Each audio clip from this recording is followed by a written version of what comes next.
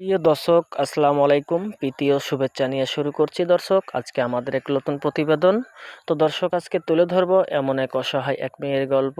তো যে মেয়ের নাম হচ্ছে সাথী। সাথী দেখতে শুনতে অনেক সুন্দর, মার্শাল্লাহ। তো সাথীর বয়সটা আছে 15 বছর। সাথীর ঠিকানাটা হচ্ছে নাটোর সিংড়া। তো সাথীর ফ্যামিলিতে সাথীর মা আছে, সাথীর বাবা নাই। তো সাথীর মা কোনো কাজকর্ম করে না এবং মুরব্বী মানুষ, বয়স্ক মানুষ। তার মা এখন অনেক অসুস্থ।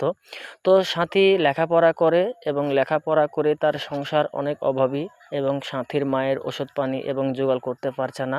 তো সাথী লেখাপড়া বাদ দিয়ে দিয়েছে। দেওয়ার পরে এখন পাশের এক গ্রামে থেকে এক বাসাবাড়ি কাজ করে। তো সাথী ওখান থেকে জয় টাকা পায়, কোনো মতন সংসারটা চলছে এবং তাও চলতে পারছে না। তো সাথীর মাকে চিকিৎসা করতে হবে। চিকিৎসার কারণে সাথী অনেক কষ্টে ভাবনায় চিন্তা পড়ে গেছে। তো সাথীর আর ফ্যামিলিতে তার ভাই বোন নাই, সাথী একা।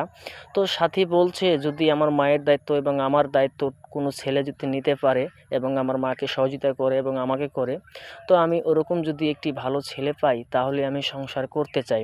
তো দর্শক, এই ছিল সাথীর মুখের কথা। তো সাথীর সাথে যদি আপনারা যোগাযোগ করতে চান তো আমাদের ভিডিও স্ক্রিনের উপরে নাম্বার থাকবে, আপনারা যোগাযোগ করতে পারবেন।